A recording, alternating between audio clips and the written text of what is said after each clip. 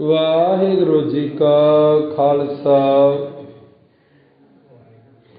वाहिगुरु जी की फतेह। परम सन्मानयोग गुरु प्यारी गुरु सवारी साध संगत जीओ, सतगुरु जी महान कृपा कीती जो आपां धन धन साहिब श्री गुरु ग्रंथ साहिब महाराज जी दे पावन पवित्र चरनां च बैठ के रब्बी बाणी अलाही बाणी दे विचार दे नाल जुड़दे हैं। सतगुरु जी गुरबाणी अंदर बख्शिश करते ने, सतगुरु नूं सब को वीखदा जेता जगत संसार, डठे मुक्त ना होवी जितर शब्द ना करे विचार। शब्द की विचार नाल जुड़ना और शब्द दीयां विचारां नूं अपने मन दे विच धारण करना और ये शब्द दीयां विचारां साडा जीवन दा अंग बन जान और इहदे द्वारा ही साडा जीवन जिहड़ा सफला हो जाना। सतगुरु जी कहते ने गुरु के चरणों के विच जदों आपां आउंदे आ ना, जिथे दुनियावी होर दे होर जो जरूरतां हुंदियां ने आपां वो पदार्थ मंगदे आ सतगुरां कोलों, उत्थे सतगुरु जी कहते मालक दे कोलों उस मालक नूं भी मंगिया करिए। इउं ना होवे उहदियां दित्तियां होईयां दातां जिहड़ियां ने वो सानूं चंगियां लगन लग पैण और वो परमात्मा जिहड़ा है वो पिछे हो जावे।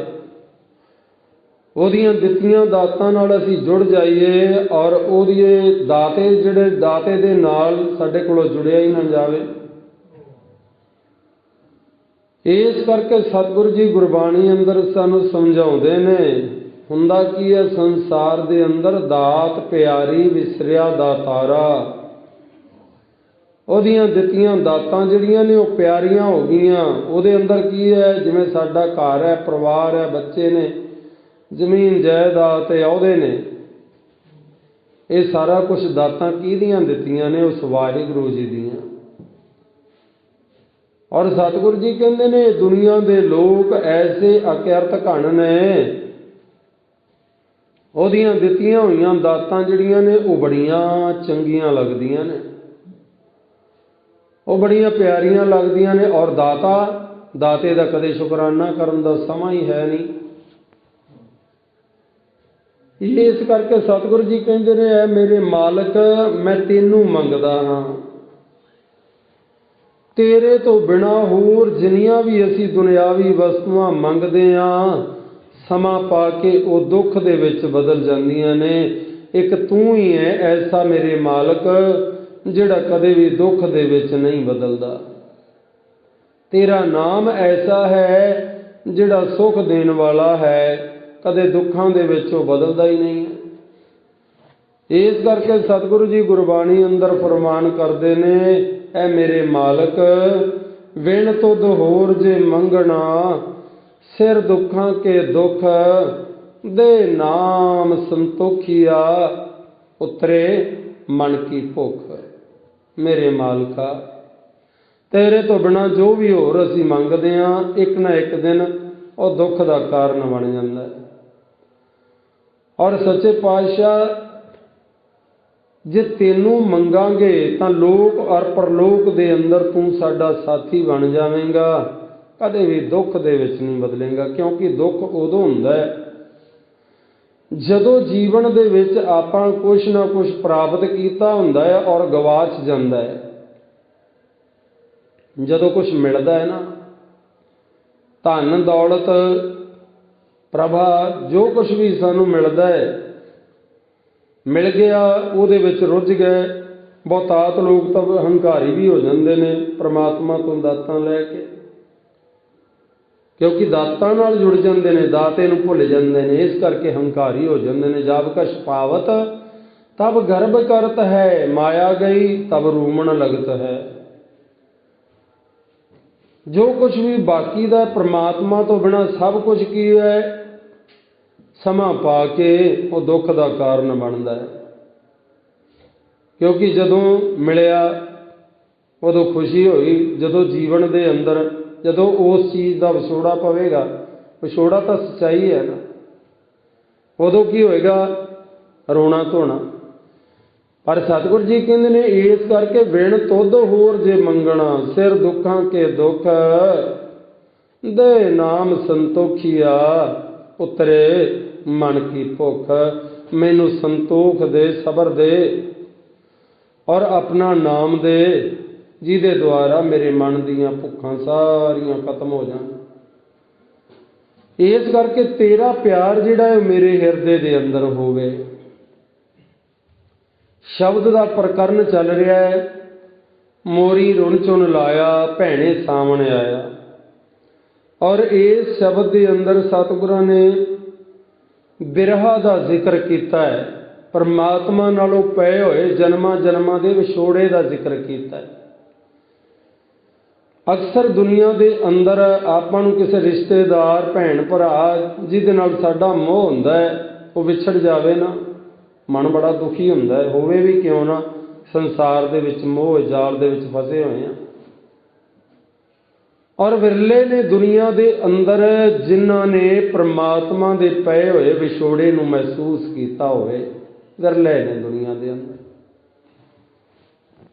ਜਿਨ੍ਹਾਂ ਨੇ ਪਰਮਾਤਮਾ ਦੇ ਪਏ ਹੋਏ ਵਿਛੋੜੇ ਨੂੰ ਮਹਿਸੂਸ ਕੀਤਾ ਹੋਵੇ। ਕੋਈ ਨਹੀਂ ਕਰਦਾ, ਫਿਕਰ ਹੀ ਕੋਈ ਨਹੀਂ ਵੀ ਇਹ ਸੰਸਾਰ ਦੇ ਅੰਦਰ ਆਏ ਆ, ਸ਼ਾਇਦ ਅਸੀਂ ਇੱਥੇ ਹੀ ਰਹਿਣਾ। ਇਉਂ ਮਨ ਸਾਡੇ ਵਿੱਚ ਭਰਮ ਪਿਆ ਹੋਇਆ।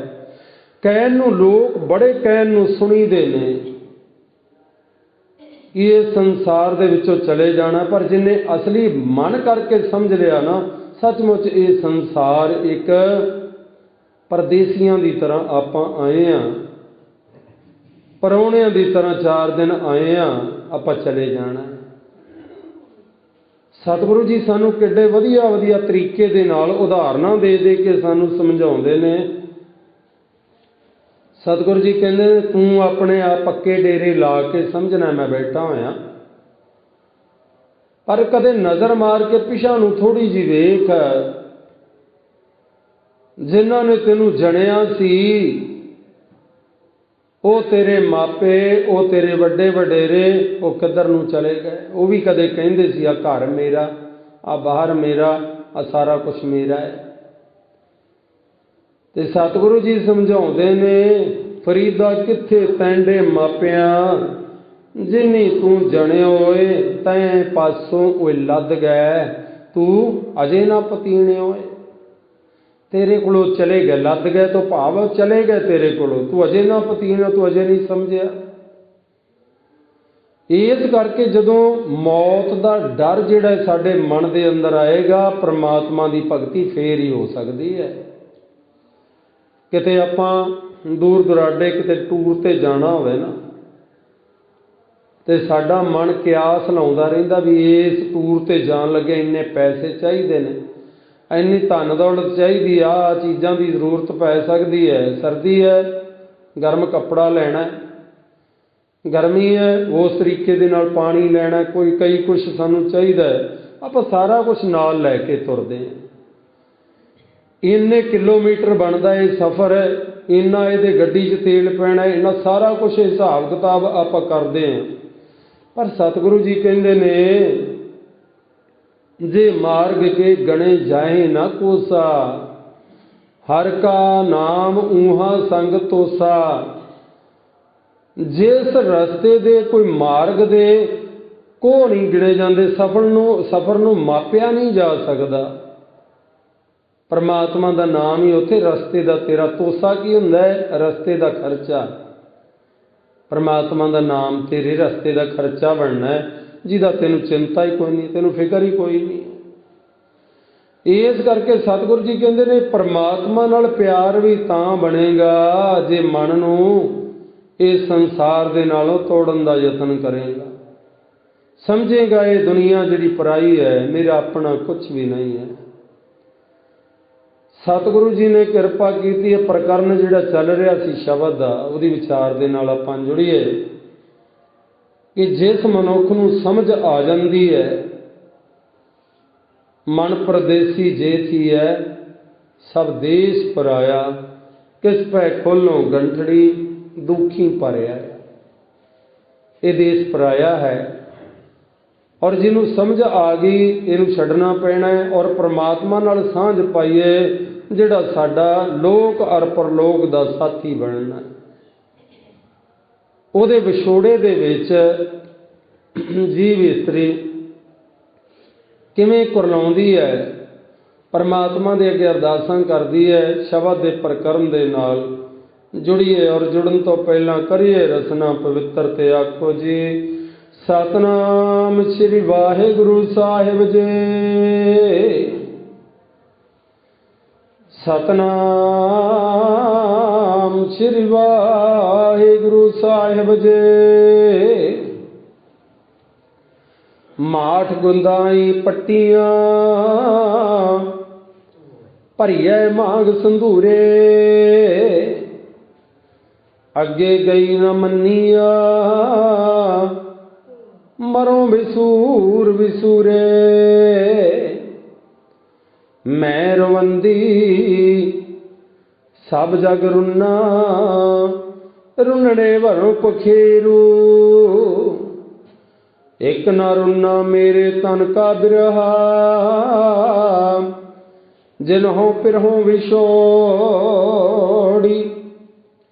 सुपने आया पी गया मैं जल भरिया रोए। आई न सका तुझ कन प्यारे, भेज न सका कोय। आओ सभागी नींदड़िए मत सो देखा सोए। तैं साहब की बात जे आखे, कहो नानक क्या दीजे। सीस वड्डे कर बैसन दीजै, बिन सिर सेव करीजै। क्यों ना मरीजै जीड़ा ना दीजै, जा सो भया विडाणा। अज दे इस पावन पवित्र शब्द दे अंदर धन धन साहिब श्री गुरु नानक देव महाराज सच्चे पातशाह बिरहा दे विछोड़े दे विच, परमात्मा दे विछोड़े दे विच तड़फ रही जीव इस्त्री दा मन की अवस्था जिहड़ी है वो साडे सामने रखी है। सतगुरु जी कहंदे वो जीव इस्त्री कहंदी है माठ गुंदाई पट्टियां भरिए मांग संधूरे।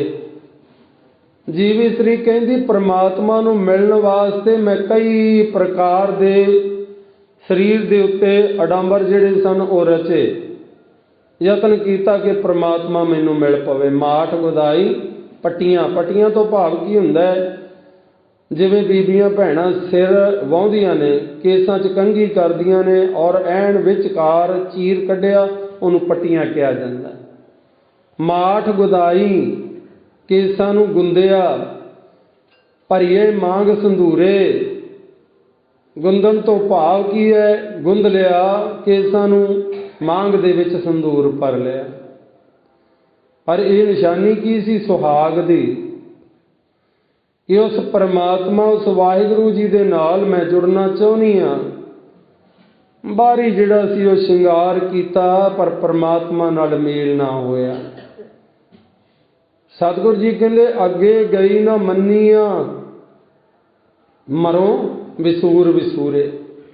अगे परमात्मा की दरगाह विच ये बाहरी जिहड़ा लिबास पहनिया धार्मिक ये काम नहीं आउंदा, तां करके मैं झूर झूर के मर रही हां। बाहरी लिबास इत्थे सतगुरां ने उदाहरण दिती है भी जिवें सुहागण इस्त्री जिहड़ी है उहदी निशानी हुंदी है केसां नूं कंघी कीती, पट्टियां बनाईयां और मांग दे विच संधूर भरिया। ये पुरातन समयां दी सतगुरु जी गल कर रहे हैं। अज दे समय वेखण नूं मिलदा है कि एक बड़ा वड्डा फैशन बन गया कि वाल जिहड़े ने केसां नूं खुले रखना, पर असल विच ਪੁਰਾਤਨ ਸਮਿਆਂ ਦੇ ਅੰਦਰ ਕੇਸ ਖੁੱਲ੍ਹੇ ਰੱਖਣੇ ਬੜੀ ਮਾੜੀ ਜਿਹੜੀ ਸੀ ਉਹ ਗੱਲ ਸਮਝੀ ਜਾਂਦੀ ਸੀ। ਗੁਰਬਾਣੀ ਦੇ ਵਿੱਚੋਂ ਪ੍ਰਮਾਣ ਆਪਾਂ ਲੈ ਕੇ ਵੇਖਾਂਗੇ, ਸਾਨੂੰ ਸਮਝ ਆਉਂਦੀ ਹੈ। ਸਤਿਗੁਰੂ ਜੀ ਕਹਿੰਦੇ ਨੇ ਉਦੋਂ ਕੇਸ ਖੋਲ੍ਹੇ ਜਾਂਦੇ ਸਨ ਜਦੋਂ ਕਿਸੇ ਇਸਤਰੀ ਦੇ ਘਰ ਵਾਲਾ ਚੜ੍ਹਾਈ ਕਰ ਜਾਂਦਾ ਸੀ, ਮੌਤ ਹੋ ਜਾਂਦੀ ਸੀ ਨਾ, ਸੁਹਾਗਣ ਕੋਈ ਰੰਡੀ ਹੋ ਜਾਂਦੀ ਸੀ, ਉਦੋਂ ਉਹ ਕੇਸ ਖੋਲ੍ਹਦੀ ਸੀ। ਉਹਦੀ ਨਿਸ਼ਾਨੀ ਹੁੰਦੀ ਸੀ ਵੀ ਇਹਦੇ ਸਿਰ ਦਾ ਸਾਈਂ ਜਿਹੜਾ ਇਹ ਦੁਨੀਆ ਦੇ ਵਿੱਚੋਂ ਤੁਰ ਗਿਆ ਹੈ, ਇਹ ਨਿਸ਼ਾਨੀ ਸਮਝੀ ਜਾਂਦੀ ਸੀ। ਪਰ ਅੱਜ ਦਾ ਫੈਸ਼ਨ ਬਣ ਗਿਆ। ਗੁਰਬਾਣੀ ਦੇ ਵਿੱਚੋਂ ਆਪਾਂ ਪ੍ਰਮਾਣ ਲਈਏ, ਸਤਿਗੁਰੂ ਜੀ ਕਹਿੰਦੇ ਲਟ ਛਿਟਕਾਏ ਤਿਰਿਆ ਰੋਵੈ ਹੰਸ ਅਕੇਲਾ ਜਾਈ। ਲਟ ਛਿਟਕਾਏ, ਆਪਣੇ ਵਾਲਾਂ ਨੂੰ ਖੋਲ ਕੇ ਉਹ ਇਸਤਰੀ ਰੋਇਆ ਕਰਦੀ ਸੀ ਵੀ ਹੰਸ ਅਕੇਲਾ ਜਾਈ, ਮੇਰਾ ਪਤੀ ਜਿਹੜਾ ਹੈ ਉਹਦੀ ਮੌਤ ਹੋ ਗਈ ਹੈ, ਉਹ ਅੱਗੇ ਇਕੱਲਾ ਜਾ ਰਿਹਾ। ਸੋ ਇਹ ਸੁਹਾਗਣਾ ਦੀ ਨਿਸ਼ਾਨੀ ਹੋਇਆ ਕਰਦੀ ਸੀ। ਪਰ ਅੱਜ ਦਾ ਫੈਸ਼ਨ ਬਣ ਕੇ ਰਹਿ ਗਿਆ। ਸਾਨੂੰ ਆਪਣੇ ਆਪ ਨੂੰ ਪਛਾਣਨਾ ਚਾਹੀਦਾ। ਅਸੀਂ ਦੂਜਿਆਂ ਨੂੰ, ਲੋਕਾਂ ਨੂੰ ਵੇਖ ਕੇ ਆਪਣਾ ਆਪ ਗਵਾਈ ਜਾ ਰਹੇ ਹਾਂ। ਖੈਰ ਸਤਿਗੁਰੂ ਜੀ ਕਹਿੰਦੇ ਨੇ ਭਾਈ ਮਾਠ ਗੋਦਾਈ ਪੱਟੀਆਂ ਭਰੀਐ ਮੰਗ ਸੰਧੂਰੇ। ਮੈਂ ਪ੍ਰਮਾਤਮਾ ਨੂੰ ਮਿਲਣ ਵਾਸਤੇ ਹੀ ਸ਼ਿੰਗਾਰ ਕਰ ਰਹੀ ਹਾਂ, ਪਰ ਮੈਨੂੰ ਸਮਝ ਆ ਗਈ ਕਿ ਅੱਗੇ ਗਈ ਨਾ ਮੰਨੀਆਂ ਮਰੋਂ ਵਿਸੂਰ ਵਿਸੂਰੇ। ਅੱਗੇ ਗਿਆ ਇਹ ਬਾਹਰੀ ਜਿਹੜਾ ਲਿਬਾਸ ਪਹਿਨਿਆ ਹੋਇਆ ਕੀਤਾ ਸ਼ਿੰਗਾਰ ਪ੍ਰਮਾਤਮਾ ਦੀ ਦਰਗਾਹ ਵਿੱਚ ਇਹ ਕੰਮ ਨਹੀਂ ਆਉਂਦਾ। ਇਸ ਕਰਕੇ ਮੈਂ ਝੂਰ ਝੂਰ ਕੇ ਰੋ ਰਹੀ ਹਾਂ। ਮੈਂ ਰਵੰਦੀ ਸਭ ਜਗ ਰੁੰਨਾ ਰੁਨੜੇ ਵਣੋਂ ਪਖੇਰੋ। ਇੱਕ ਨਾ ਰੁੰਨਾ ਮੇਰੇ ਤਨ ਕਾ ਬਿਰਹਾ ਜਿਨਹੋਂ ਪਿਰੋਂ ਵਿਛੋੜੀ। ਇਹ ਅਕਸਰ ਦੁਨੀਆ ਦੇ ਅੰਦਰ ਇਉਂ ਹੁੰਦਾ ਹੈ। ਜਦੋਂ ਮਨੁੱਖ ਕਿਤੇ ਬਾਹਲਾ ਸੁਖੀ ਹੋਵੇ ਨਾ, ਖੁਸ਼ ਹੋਵੇ, ਉਹਨੂੰ ਸਾਰੇ ਪਾਸੇ ਖੁਸ਼ੀਆਂ ਹੀ ਖੁਸ਼ੀਆਂ ਨਜ਼ਰ ਆਉਂਦੀਆਂ ਨੇ, ਸਾਰਾ ਕੁਝ ਖੁਸ਼ ਨਜ਼ਰ ਆਉਂਦਾ ਹੈ। ਅਗਰ ਜੇ ਕੋਈ ਮਨੁੱਖ ਉਦਾਸ ਹੁੰਦਾ ਹੈ, ਦੁਖੀ ਹੁੰਦਾ ਹੈ, ਉਹਨੂੰ ਇਉਂ ਲੱਗਦਾ ਜਿਵੇਂ ਸਾਰਾ ਸੰਸਾਰ ਹੀ ਦੁਖੀ ਹੈ। ਸੁਖੀਐ ਕੋ ਪੇਖੈ ਸਭ ਸੁਖੀਆ ਰੋਗੀ ਕੈ ਭਾਣੈ ਸਭ ਰੋਗੀ। ਜਿਹੜਾ ਸੁਖੀ ਹੈ ਉਹਨੂੰ ਐਂ ਲੱਗਦਾ ਸਾਰਾ ਸੰਸਾਰ ਹੀ ਸੁਖੀ ਹੈ। ਸਤਿਗੁਰੂ ਜੀ ਕਹਿੰਦੇ ਜਿਹੜਾ ਮਨੁੱਖ ਰੋਗੀ ਹੈ ਉਹ ਆਂਦਾ ਮੇਰੇ ਵਾਸਤੇ ਬਾਕੀ ਲੋਕ ਸੁਖੀ ਨੇ, ਮੈਂ ਕੀ ਕਰਨਾ ਹੈ, ਮੈਂ ਤਾਂ ਦੁਖੀ ਹਾਂ। ਇਸ ਕਰਕੇ ਸਤਿਗੁਰੂ ਜੀ ਕਹਿੰਦੇ ਪ੍ਰਮਾਤਮਾ ਦੇ ਵਿਛੋੜੇ ਦੇ ਵਿੱਚ ਜੀਵ ਇਸਤਰੀ ਕਹਿੰਦੀ ਹੈ ਮੈਂ ਰਵੰਦੀ, ਮੈਂ ਰੋ ਰਹੀ ਹਾਂ। ਪਰਮਾਤਮਾ ਦੇ ਨਾਲੋਂ ਮੈਨੂੰ ਵਿਛੋੜਾ ਪਿਆ ਏ। ਕਿਤੇ ਸਾਡਾ ਵੀ ਮਨ ਉਸ ਪਰਮਾਤਮਾ ਦੇ ਵਿਛੋੜੇ ਵਿੱਚ ਰੋਵੇ ਨਾ, ਇਹ ਬੜੀ ਵੱਡੀ ਦਾਤ ਹੈ। ਰੋਂਦੇ ਹਾਂ ਜਦੋਂ ਸਾਡਾ ਕੋਈ ਆਪਣਾ ਦੁਨੀਆ ਦੇ ਵਿੱਚੋਂ ਤੁਰ ਜਾਂਦਾ, ਰੋਂਦੇ ਹਾਂ ਜਦੋਂ ਕੋਈ ਘਾਟਾ ਪੈ ਜਾਂਦਾ ਹੈ, ਰੋਂਦੇ ਹਾਂ ਜਦੋਂ ਧੀਆਂ ਪੁੱਤਰ ਸਾਡੇ ਕਹਿਣੇ ਤੋਂ ਬਾਹਰ ਹੋ ਜਾਣ, ਰੋਂਦੇ ਹਾਂ ਜਦੋਂ ਕੋਈ ਸਾਡਾ ਆਪਣਾ ਦੂਰ ਦੁਰਾਡੇ ਚਲਾ ਜਾਂਦਾ ਹੈ। ਪਰ ਕਦੇ ਮਨ ਸਾਡਾ ਰੋਵੇ ਪਰਮਾਤਮਾ ਦੇ ਵਿਛੋੜੇ ਦੇ ਵਿੱਚ, ਫਿਰ ਉਸ ਪਰਮਾਤਮਾ ਨਾਲ ਮਿਲਾਪ ਹੋਣਾ। ਮੈਂ ਰਵੰਦੀ ਸਭ ਜਗ ਰੁੰਨਾ, ਮੈਂ ਰੋ ਰਹੀ ਹਾਂ ਪ੍ਰਮਾਤਮਾ ਦੇ ਵਿਛੋੜੇ ਦੇ ਵਿੱਚ, ਸਭ ਜਗ ਰੁੰਨਾ, ਸਾਰਾ ਸੰਸਾਰ ਹੀ ਮੈਨੂੰ ਲੱਗਦਾ ਹੈ ਮੇਰੇ ਵਾਸਤੇ ਤਾਂ ਰੋਂਦਾ ਪਿਆ। ਰੁੰਨਣੇ ਵਣੋਂ ਪਖੇਰੂ, ਜਿਨ੍ਹਾਂ ਵਣਾਂ ਦੇ ਵਿੱਚ, ਜੰਗਲਾਂ ਦੇ ਵਿੱਚ ਮੈਨੂੰ ਤਾਂ ਇਉਂ ਲੱਗਦਾ ਹੈ ਜਿਹੜੇ ਜੀਵ ਜੰਤੂ ਨੇ, ਪੰਛੀ ਨੇ, ਪੰਖੇਰੂ ਪੰਛੀ, ਉਹ ਵੀ ਮੈਨੂੰ ਤਾਂ ਲੱਗਦਾ ਉਹ ਵੀ ਰੋ ਰਹੇ ਨੇ। ਮੇਰੀ ਹਾਲਾਤ ਨੂੰ ਵੇਖ ਕੇ ਉਹ ਵੀ ਰੋ ਰਹੇ ਨੇ। ਮੇਰੀ ਹਾਲਾਤ ਹੀ ਐਸੀ ਬਣੀ ਪਈ ਹੈ। ਇੱਕ ਨਾ ਰੁੰਨਾ ਮੇਰੇ ਤਨ ਕਾ ਬਿਰਹਾ ਜਿਨਹੋਂ ਪਿਰੋਂ ਵਿਛੋੜੀ। ਇੱਕ ਮੇਰੇ ਤਨ ਦਾ ਜਿਹੜਾ ਬਿਰਹਾ ਹੈ ਨਾ, ਪਰਮਾਤਮਾ ਨੇ ਜਿਹਨੇ, ਪਰਮਾਤਮਾ ਦੇ ਨਾਲੋਂ ਜਿਹਨੇ ਮੇਰਾ ਵਿਛੋੜਾ ਪਾਇਆ ਹੋਇਆ, ਉਹ ਨਹੀਂ ਰੋਂਦਾ।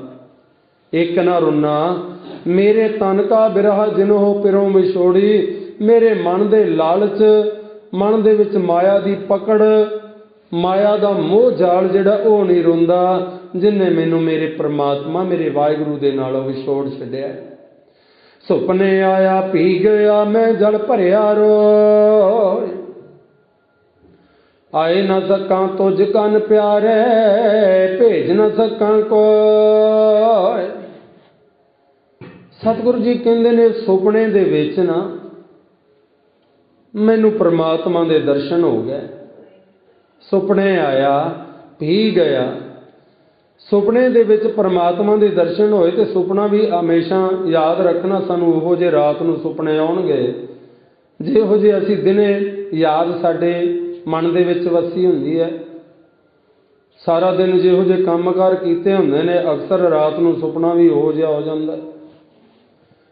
ਤੇ ਜਿਹੜੇ ਮਨੁੱਖ ਪਰਮਾਤਮਾ ਨੂੰ ਚੇਤੇ ਕਰਦੇ ਨੇ ਦਿਨ ਵੇਲੇ ਯਾਦ ਕਰਦੇ ਰਹਿੰਦੇ ਨੇ, ਰਾਤ ਨੂੰ ਪਰਮਾਤਮਾ ਸੁਪਨੇ ਦੇ ਵਿੱਚ ਕਿਸੇ ਨਾ ਕਿਸੇ ਰੂਪ ਦੇ ਵਿੱਚ ਦਰਸ਼ਨ ਦਿੰਦਾ।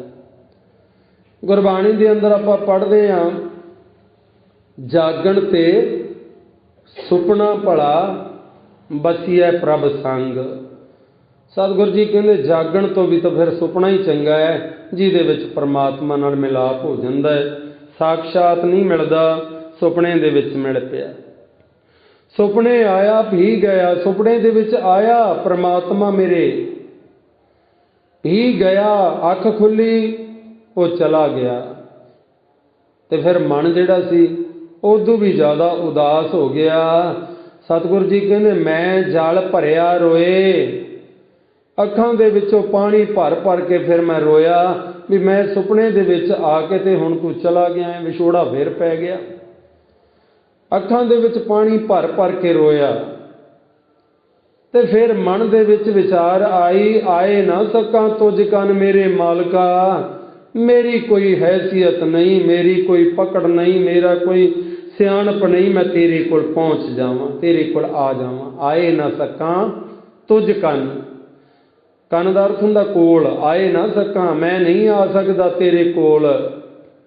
ਪਿਆਰੇ ਮੇਰੇ ਵਾਹਿਗੁਰੂ ਜੀ, ਭੇਜ ਨਾ ਸਕਾਂ ਕੋਏ, ਮੇਰੀ ਇਹ ਵੀ ਔਕਾਤ ਨਹੀਂ ਹੈ ਕਿ ਤੇਰੇ ਕੋਲ ਮੈਂ ਆਪਣੇ ਮਨ ਦੀ ਅਵਸਥਾ ਨੂੰ ਬਿਆਨ ਕਰਨ ਵਾਲਾ ਕੋਈ ਸੁਨੇਹਾ ਹੀ ਭੇਜ ਦੇਵਾਂ। ਸੁਨੇਹਾ ਭੇਜਣ ਜੋਗਾ ਵੀ ਮੈਂ ਨਹੀਂ ਹਾਂ। ਤੇ ਫਿਰ ਅਰਦਾਸ ਕੀਤੀ ਇੱਕ ਮਾਲਕ ਦੇ ਚਰਨਾਂ ਦੇ ਵਿੱਚ, ਐ ਮੇਰੇ ਵਾਹਿਗੁਰੂ ਜੀ ਹੋਰ ਕਿਰਪਾ ਕਰਦੇ ਮੇਰੇ ਉੱਤੇ। ਕਿਹੜੀ? ਆਓ ਸੁਭਾਗੀ ਨੀਂਦੜੀਏ, ਮਤਸੋਂ ਦੇਖਾਂ ਸੋਏ, ਤੈ ਸਾਹਿਬ ਕੀ ਬਾਤ ਜੇ ਆਖੈ, ਕਹੋ ਨਾਨਕ ਕਿਆ ਦੀਜੈ। ਸੀਸ ਵੱਡੇ ਕਰ ਬੈਸਣ ਦੀਜੈ, ਬਿਨ ਸਿਰ ਸੇਵ ਕਰੀਜੈ। ਆਓ ਸੁਭਾਗੀ ਨੀਂਦੜੀਏ, ਐ ਮੇਰੀ ਨੀਂਦ ਤੂੰ ਦੁਬਾਰਾ ਆ ਜਾ। ਸ਼ਾਇਦ ਸੁਪਨੇ ਦੇ ਵਿੱਚ ਫਿਰ ਮੇਰੇ ਮਾਲਕ ਦੇ ਮੈਨੂੰ ਦਰਸ਼ਨ ਹੋ ਜਾਣ, ਫਿਰ ਮੈਨੂੰ ਦਰਸ਼ਨ ਹੋ ਜਾਣ। ਆਓ ਸੁਭਾਗੀ, ਸੁਭਾਗੀ ਦਾ ਅਰਥ ਹੁੰਦਾ ਸੋਹਣੀ, ਨੀਂਦੜੀਏ ਮੇਰੀ ਸੋਹਣੀ ਨੀਂਦ, ਮੈਨੂੰ ਦੁਬਾਰਾ ਆ ਜਾ ਤੂੰ, ਮੈਂ ਸੁਪਨੇ ਦੇ ਵਿੱਚ ਫਿਰ ਮਾਲਕ ਦੇ ਦਰਸ਼ਨ ਕਰ ਸਕਾਂ। ਭਗਤ ਕਬੀਰ ਸਾਹਿਬ ਨੇ ਬੜੇ ਕਮਾਲ ਦੇ ਬਚਨ ਕਹੇ ਨੇ। ਕਹਿੰਦੇ ਕੋਈ ਮਨੁੱਖ ਰਾਮ ਨਾਮ ਦਾ ਸਿਮਰਨ ਕਰਦਾ ਹੈ ਨਾ, ਮੈਂ ਉਹਦੇ ਤੋਂ ਕੁਰਬਾਨ ਜਾਂਦਾ ਹਾਂ। ਅਗਰ ਜੇ ਕੋਈ ਸੁਪਨੇ ਦੇ ਵਿੱਚ ਵੀ ਸੁਪਨਾ ਆਇਆ ਬਰੜਾ ਕੇ ਵੀ ਕੋਈ, ਕਈ ਮਨੁੱਖਾਂ ਨੂੰ ਨਾ ਕੁਦਰਤੀ ਉਹਨਾਂ ਦੀ ਬਣੀ ਹੁੰਦੀ ਹੈ ਆਦਤ, ਸੁਪਨੇ ਦੇ ਵਿੱਚ ਬੋਲ ਪੈਂਦੇ ਨੇ। ਤੇ ਭਗਤ ਕਬੀਰ ਸਾਹਿਬ ਕਹਿੰਦੇ ਨੇ ਪ੍ਰਮਾਤਮਾ ਦਾ ਨਾਮ ਇੰਨਾ ਉੱਚਾ ਸੁੱਚਾ ਏ, ਅਗਰ ਜੇ ਕੋਈ ਸੁਪਨੇ ਦੇ ਵਿੱਚ ਬਰੜਾ ਕੇ ਵੀ ਉਹਦਾ ਨਾਮ ਲੈ ਲਵੇ ਨਾ ਪ੍ਰਮਾਤਮਾ ਦਾ, ਮੈਂ ਆਪਣੇ ਤਨ ਦੀਆਂ ਜੁੱਤੀਆਂ ਬਣਾ ਕੇ ਉਹਦੇ ਪੈਰਾਂ ਦੇ ਵਿੱਚ ਪਾ ਦੇਵਾਂ। ਇੰਨਾ ਸਤਿਕਾਰ ਕਰਦੇ ਨੇ ਨਾਮ ਜਪਣ ਵਾਲੇ ਦਾ ਭਗਤ ਕਬੀਰ ਸਾਹਿਬ। ਸੁਪਨੇ ਹੂੰ ਬਰੜਾਏ ਕੈ, ਜੇ ਮੁਖ ਨਿਕਸੈ ਰਾਮ, ਤਾਕੇ ਪਗ ਕੀ ਪਨ ਹੀ ਮੇਰੇ ਤਨ ਕੋ ਚਾਮ। ਮੈਂ ਆਪਣੇ ਤਨ ਦੀਆਂ ਜੁੱਤੀਆਂ ਬਣਾ ਕੇ ਉਹਦੇ ਪੈਰਾਂ ਦੇ ਵਿੱਚ ਪਾ ਦਿਆਂ, ਜਿਹੜਾ ਸੁਪਨੇ ਦੇ ਵਿੱਚ ਵੀ ਬਰੜਾ ਕੇ ਵੀ ਪਰਮਾਤਮਾ ਦਾ ਕਿਤੇ ਨਾਮ ਲੈ ਲਵੇ ਨਾ, ਇੰਨਾ ਸਤਿਕਾਰ ਕਰਦਾ, ਨਾਮ ਦਾ ਇੰਨਾ ਸਤਿਕਾਰ ਹੈ। ਤੇ ਧੰਨ ਗੁਰੂ ਨਾਨਕ ਦੇਵ ਮਹਾਰਾਜ ਕਹਿੰਦੇ ਨੇ ਭਾਈ ਨੀਂਦ ਚੰਗੀ ਹੈ, ਜੇ ਨੀਂਦ ਦੇ ਵਿੱਚ ਬਰੜਾ ਕੇ ਵੀ ਪਰਮਾਤਮਾ ਦਾ ਸਿਮਰਨ ਹੋ ਜਾਵੇ, ਉਹਦੇ ਦਰਸ਼ਨ ਹੋ ਜਾਣ। ਆਓ ਸੁਭਾਗੀ ਨੀਂਦੜੀਏ, ਐ ਸੋਹਣੀਏ ਨੀਂਦੇ, ਮੈਨੂੰ ਆ ਮੈਂ ਪਰਮਾਤਮਾ ਦੇ ਫਿਰ ਤੋਂ ਹੀ ਦਰਸ਼ਨ ਕਰ ਲਵਾਂ। ਮਤ ਛੋ ਦੇਖਾਂ ਸੋਏ, ਉਸ ਪਰਮਾਤਮਾ ਨੂੰ ਮੈਂ ਦੇਖ ਲਵਾਂ। ਤੇ ਸਤਿਗੁਰੂ ਜੀ ਕਹਿੰਦੇ ਤੈਂ ਸਾਹਿਬ ਕੀ ਬਾਤ ਜੇ ਆਖੈ, ਕਹੋ ਨਾਨਕ ਕਿਆ ਦੀਜੈ। ਤੈਂ ਸਾਹਿਬ, ਐ ਮੇਰੇ ਵਾਹਿਗੁਰੂ ਜੀ, कोई तेरियां कथा कहानियां मैनू सुना देवे, तेरे घर की गलबात मैनू कोई सुना देवे। तै साहब की बात जे आखै कहो नानक क्या दीजै, मैं उन्होंने की भेटा देवां, की ਉਹਦੇ ਅੱਗੇ भेंट करा। ਤੇ ਜਿਵੇਂ ਆਪਾਂ ਵਿਚਾਰ ਰਹੇ ਸੀ ਭਗਤ ਕਬੀਰ ਸਾਹਿਬ ਤਾਂ ਕਹਿੰਦੇ ਨੇ ਮੈਂ ਜੁੱਤੀ ਬਣਾ ਕੇ ਆਦੇ ਤਣ ਦੀ ਉਹਦੇ ਪੈਰਾਂ 'ਚ ਪਾ ਦਿਆਂ। ਤੇ ਧੰਨ ਗੁਰੂ ਨਾਨਕ ਦੇ ਮਹਾਰਾਜ ਕੀ ਕਹਿੰਦੇ ਨੇ, ਸੀਸ ਵੱਡੇ ਕਰ ਬੈਸਣ ਦੀਜੈ, ਵਿਣ ਸਿਰ ਸੇਵ ਕਰੀਜੈ। ਮੈਂ ਸਿਰ ਵੱਢ ਕੇ ਉਹਦੇ ਬਹਿਣ ਵਾਸਤੇ ਮੂੜਾ ਬਣਾ ਦਿਆਂ ਆਪਣੇ ਤਣ ਨੂੰ। ਵਿਣ ਸਿਰ ਸੇਵ ਕਰੀਜੈ, ਸਿਰ ਤੋਂ ਬਿਨਾਂ ਮੈਂ ਸੇਵਾ ਕਰਾਂ। ਦੂਸਰਾ ਪੱਖ ਕੀ ਹੈ ਇਹਦਾ, ਕਿਉਂਕਿ ਗੁਰਬਾਣੀ ਦੇ ਅਰਥ ਜਿਹੜੇ ਨੇ ਬਹੁਤਾਤ ਨੇ। ਦੂਜਾ ਸਿਰ ਕੀ ਹੈ, ਮੈਂ ਉਸ ਮਨੁੱਖ ਦੇ ਅੱਗੇ ਨਿਮਰਤਾ ਸਹਿਤ ਪੇਸ਼ ਆਵਾਂ। ਆਪਣਾ ਸੀਸ ਵੱਢਣ ਤੋਂ ਭਾਵ ਕੀ ਹੁੰਦਾ ਹੈ, ਆਪਣੇ ਹੰਕਾਰ ਦਾ ਤਿਆਗ ਕਰਕੇ ਨਾ ਮੈਂ ਉਸ ਮਨੁੱਖ ਦੇ ਅੱਗੇ ਨਿਮਰਤਾ ਸਹਿਤ ਪੇਸ਼ ਆਵਾਂ। ਸੀਸ ਵੱਡੇ ਕਰ ਬੈਸਣ ਦੀਜੈ, ਵਿਣ ਸਿਰ ਸੇਵ ਕਰੀਜੇ। ਹਉਮੈ ਦਾ ਤਿਆਗ ਕਰਕੇ ਮੈਂ ਉਹਦੀ ਸੇਵਾ ਕਰਾਂ, ਜਿਹੜਾ ਮਨੁੱਖ ਮੈਨੂੰ ਤੇਰੇ ਘਰ ਦੀਆਂ ਕਥਾ ਵਿਚਾਰਾਂ ਜਿਹੜੀਆਂ ਸੁਣਾ ਦੇਵੇ। ਇਸ ਕਰਕੇ ਸਤਿਗੁਰੂ ਜੀ ਕਹਿੰਦੇ ਨੇ, ਕਿਉਂ ਨਾ ਮਰੀਜੈ ਜੀਅੜਾ ਨਾ ਦੀਜੈ, ਜਾਂ ਸੋ ਭਇਆ ਵਿਡਾਣਾ। ਕਿਉਂ ਨਾ ਮਰੀਜੈ, ਮੈਂ ਰੋ ਰੋ ਕੇ ਕਿਉਂ ਨਾ ਮਰਾਂ। ਜੀਅੜਾ ਨਾ ਦੀਜੈ, ਮੇਰੇ ਜੀਅੜੇ ਦੇ ਜੀਅੜਾ ਕਿਉਂ ਨਾ ਦੀਜੈ। ਜਾਂ ਸੋ ਭਇਆ ਵਿਡਾਣਾ, ਵਿਡਾਣਾ ਦਾ ਅਰਥ ਹੁੰਦਾ ਬੇਗਾਨਾ। ਜੇ ਪ੍ਰਮਾਤਮਾ ਮੇਰੇ ਤੋਂ ਬੇਗਾਨਾ ਹੋ ਗਿਆ ਹੈ, ਫਿਰ ਕਿਉਂ ਨਾ ਮਰੀਜੈ, ਫਿਰ ਮੈਂ ਝੂਰ ਝੂਰ ਕੇ ਕਿਉਂ ਨਾ ਉਦਾਸ ਹੋਵਾਂ, ਜੇ ਪ੍ਰਭੂ ਪਰਮਾਤਮਾ ਮੇਰਾ ਬੇਗਾਨਾ ਹੋ ਗਿਆ। ਸਤਿਗੁਰੂ ਜੀ ਕਹਿੰਦੇ ਨੇ, ਭਾਈ ਉਹ ਪਰਮਾਤਮਾ ਮੇਰਾ ਹੈ, ਮੇਰੇ ਹਿਰਦੇ ਦੇ ਅੰਦਰ ਵਸਦਾ ਹੈ, ਪਰ ਗੁਪਤ ਰੂਪ ਦੇ ਵਿੱਚ ਵਸ ਰਿਹਾ ਹੈ। ਉਹਦੀ ਯਾਦ ਦੇ ਵਿੱਚ ਮੈਂ ਤੜਫ ਰਹੀ ਹਾਂ, ਪਰ ਉਹ ਪਰਮਾਤਮਾ, ਉਹ ਵਾਹਿਗੁਰੂ ਜਿਹੜਾ ਹੈ, ਉਹ ਮੇਰੇ ਨਾਲ ਕਿਸੇ ਪ੍ਰਕਾਰ ਦੀ ਕੋਈ ਗੱਲਬਾਤ ਨਹੀਂ ਕਰਦਾ। ਕਈ ਵਾਰ ਸੁਪਨੇ 'ਚ ਦਰਸ਼ਨ ਹੋ ਗਏ, ਪਰ ਪ੍ਰਤੱਖ ਰੂਪ ਦੇ ਵਿੱਚ ਮੈਨੂੰ ਮਿਲਦਾ ਨਹੀਂ। ਇਹ ਭਗਤਾਂ ਦੇ ਮਨ ਦੀ ਅਵਸਥਾ ਹੈ, ਇਹ ਨਾਮ ਜਪਣ ਵਾਲਿਆਂ ਦੇ ਮਨ ਦੀ ਅਵਸਥਾ ਹੈ। ਆਪਾਂ ਭਗਤ ਰਵਿਦਾਸ ਜੀ ਦੇ ਪਵਿੱਤਰ ਬੋਲ ਪੜ੍ਹਦੇ ਹਾਂ ਨਾ, ਉਹਨਾਂ ਦੀ ਗੁਰਬਾਣੀ, ਉਹਨਾਂ ਨੇ ਆਪਣੇ ਮਨ ਦੀ ਅਵਸਥਾ ਜਿਹੜੀ ਹੈ ਗੁਰਬਾਣੀ ਦੇ ਜ਼ਰੀਏ ਉਹ ਸਾਡੇ ਸਾਹਮਣੇ ਰੱਖੀ ਹੈ। ਉਹਨਾਂ ਦੇ ਮਨ ਦੀ ਅਵਸਥਾ ਬਿਰਹਾ ਦੇ ਨਾਲ ਭਰੀ ਹੋਈ ਹੈ। ਉਹ ਵੀ ਫਿਰ ਪਰਮਾਤਮਾ ਦੇ ਅੱਗੇ ਅਰਦਾਸਾਂ ਕਰਦੇ ਨੇ, ਬੇਨਤੀਆਂ ਕਰਦੇ ਨੇ, ਐ ਮੇਰੇ ਪ੍ਰਭੂ ਤੂੰ ਸਾਡੇ ਨਾਲ ਬੋਲਦਾ ਕਿਉਂ ਨਹੀਂ, ਤੂੰ ਸਾਡੇ ਨਾਲ ਗੱਲਬਾਤ ਕਿਉਂ ਨਹੀਂ ਕਰਦਾ। ਸਦੀਆਂ ਗੁਜ਼ਰ ਗਈਆਂ, ਕਈ ਜਨਮ ਬਤੀਤ ਹੋ ਗਏ, ਤੇਰੇ ਦਰਸ਼ਨ ਕੀਤਿਆਂ ਨੂੰ ਤੂੰ ਸਾਨੂੰ ਦਰਸ਼ਨ ਦੇ। ਹਮ ਸਰ ਦੀਨ ਦਇਆਲ ਨਾ ਤੁਮ ਸਰ ਅਬ ਪਤਿਆਰ ਕਿਆ ਕੀਜੈ। ਐ ਮੇਰੇ ਮਾਲਕ, ਮੇਰੇ ਵਰਗਾ ਕੋਈ ਗਰੀਬ ਦੁਨੀਆ ਦੇ ਅੰਦਰ ਕੋਈ ਨਹੀਂ ਹੈ, ਔਰ ਤੇਰੇ ਵਰਗਾ ਕੋਈ ਦਾਤਾ ਕੋਈ ਨਹੀਂ ਹੈ ਦੁਨੀਆ ਦੇ ਅੰਦਰ। ਹਮ ਸਰ ਦੀਨ, ਦੀਨ ਕਹਿੰਦੇ ਨੇ ਗਰੀਬ ਨੂੰ। ਦਇਆਲ ਨਾ ਤੁਮ ਸਰ, ਤੇਰੇ ਵਰਗਾ ਦਇਆਲੂ ਦਾਤਾ ਕੋਈ ਨਹੀਂ ਦੁਨੀਆ ਦੇ ਅੰਦਰ। ਸਮਸਰ ਦਾ ਅਰਥ ਹੁੰਦਾ ਬਰਾਬਰ। ਤੇ ਮੇਰੇ ਮਾਲਕਾ ਅਬ ਪਤਿਆਰ ਕਿਆ ਕੀਜੇ, ਹੋਰ ਸਾਡਾ ਪਰਤਾਵਾ, ਸਾਡਾ ਪੇਪਰ, ਸਾਡਾ ਪਰਚਾ ਕਿਹੜਾ ਲੈਣਾ ਹੀ।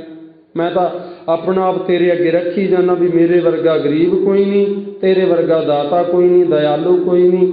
ਅਬ ਪਤਿਆਰ ਕਿਆ ਕੀਜੈ, ਹੋਰ ਕਿਹੜਾ ਮੇਰਾ ਪਰਤਾਵਾ ਲੈਣਾ। ਬਚਨੀ ਤੋਰ ਮੋਰ ਮਨ ਮਾਨੈ, ਜਨ ਕੋ ਪੂਰਨ ਦੀਜੈ। ਮੇਰੇ ਤੇ ਕਿਰਪਾ ਕਰ, ਤੇਰੇ ਬਚਨਾਂ ਨੂੰ, ਤੇਰੀ ਗੁਰਬਾਣੀ ਨੂੰ ਮੇਰਾ ਮਨ ਮੰਨ ਜਾਵੇ। ਬਚਨੀ ਤੋਰ, ਤੋਰ ਦਾ ਅਰਥ ਹੁੰਦਾ ਤੇਰੇ ਬਚਨ। ਮੋਰ ਮਨ ਮਾਨੈ, ਮੇਰਾ ਮਨ ਮੰਨ ਜਾਵੇ। ਜਨ ਕੋ ਪੂਰਨ ਦੀਜੈ, ਮੈਨੂੰ ਪੂਰਨ ਤੌਰ ਤੇ ਤੇਰੇ ਤੇ ਭਰੋਸਾ ਆ ਜਾਵੇ। ਕਾਰਨ ਕਵਣ ਅਬੋਲ, ਅਬੋਲ ਦਾ ਅਰਥ ਹੁੰਦਾ ਤੂੰ ਬੋਲਦਾ ਕਿਉਂ ਨਹੀਂ, ਕਾਰਨ ਕੀ ਹੈ, ਤੂੰ ਮੇਰੇ ਨਾਲ ਗੱਲਬਾਤ ਕਿਉਂ ਨਹੀਂ ਕਰਦਾ। ਬਹੁਤ ਜਨਮ ਵਿਛਰੇ ਥੇ ਮਾਧੋ, ਇਹ ਜਨਮ ਤੁਮਾਰੇ ਲੇਖੇ। ਕਹੇ ਰਵਿਦਾਸ ਆਸ ਲਗ ਜੀਵੋ, ਚਿਰ ਭਇਓ ਦਰਸ਼ਨ ਦੇਖੇ। ਬੜੇ ਹੀ ਜਨਮ ਹੋ ਗਏ ਤੇਰੇ ਨਾਲ ਵਿਛੜਿਆ, ਆਪਾਂ ਹੀ ਕਿਤੇ ਮਨ ਦੇ ਵਿੱਚ ਝਾਤੀ ਮਾਰੀ ਹੈ। ਆਪਾਂ ਨੂੰ ਵਿਛੜਿਆ ਪਤਾ ਹੀ ਨਹੀਂ ਕਿੰਨੇ ਜਨਮ ਹੋ ਗਏ ਨੇ। ਅਜੇ ਭਗਤ ਰਵਿਦਾਸ ਜੀ ਨੂੰ ਤਾਂ ਸ਼ਾਇਦ ਪਤਾ ਹੋਵੇਗਾ ਕਿ ਮੈਂ ਕਿੰਨੇ ਜਨਮਾਂ ਤੋਂ ਪ੍ਰਮਾਤਮਾ ਤੋਂ ਵਿਛੜਿਆ ਹੋਇਆ, ਆਪਾਂ ਨੂੰ ਤਾਂ ਸਮਝ ਹੀ ਕੋਈ ਨਹੀਂ। ਇਹ ਜਨਮ ਤੁਮਾਰੇ ਲੇਖੇ, ਕਹੇ ਰਵਿਦਾਸ ਆਸ ਲਗ ਜੀਵੋ, ਮੈਂ ਆਸ ਰੱਖ ਕੇ ਬੈਠਾ ਹੋਇਆ। ਚਿਰ ਭਇਓ ਦਰਸ਼ਨ ਦੇਖੇ, ਮੈਨੂੰ ਤੇਰੇ ਦਰਸ਼ਨ ਕੀਤਿਆਂ ਨੂੰ ਬੜਾ ਹੀ ਚਿਰ ਹੋ ਗਿਆ, ਕਿਰਪਾ ਕਰ ਮੈਨੂੰ ਦਰਸ਼ਨ ਦੇ ਆਪਣੇ। ਇਸ ਕਰਕੇ ਧੰਨ ਗੁਰੂ ਨਾਨਕ ਦੇਵ ਮਹਾਰਾਜ ਸੱਚੇ ਪਾਤਸ਼ਾਹ ਇਉਂ ਕਹਿੰਦੇ ਨੇ ਭਾਈ ਕਿ ਜੀਵ ਇਸਤਰੀ ਵਿਲਕਦੀ ਹੈ, ਕਿਉਂ ਨਾ ਮਰੀਜੈ। ਅਖੀਰਲੀ ਪੰਕਤੀ ਦੇ ਅੰਦਰ ਸਤਿਗੁਰਾਂ ਨੇ ਕਿਹਾ ਕਿਉਂ ਨਾ ਮਰੀਜੈ, ਮੈਂ ਕਿਉਂ ਨਾ ਰੋ ਰੋ ਕੇ ਕੁਰਲਾਵਾਂ, ਕਿਉਂ ਨਾ ਮਰਾਂ, ਜੀਅੜਾ ਨਾ ਦੀਜੈ। ਸਤਿਗੁਰ ਜੀ ਕਹਿੰਦੇ ਨੇ ਜਦੋਂ ਜੀਅੜਾ ਪ੍ਰਮਾਤਮਾ ਜਿਹੜਾ ਮੇਰਾ ਮਨ ਹੈ ਉਹਨੂੰ ਨਹੀਂ ਪਸੰਦ ਕਰਦਾ ਪਿਆ, ਜਾਂ 100 ਭਇਆ ਵਡਾਣਾ, ਜਾਂ 100 ਮੇਰਾ ਮਾਲਕ ਜਿਹੜਾ ਹੈ ਭਇਆ ਵਿਡਾਣਾ। ਵਿਡਾਣਾ ਦਾ ਅਰਥ ਹੁੰਦਾ ਬੇਗਾਨਾ, ਉਹ ਮੇਰਾ ਬੇਗਾਨਾ ਹੋਇਆ ਪਿਆ ਹੈ ਪ੍ਰਭੂ ਪਰਮਾਤਮਾ।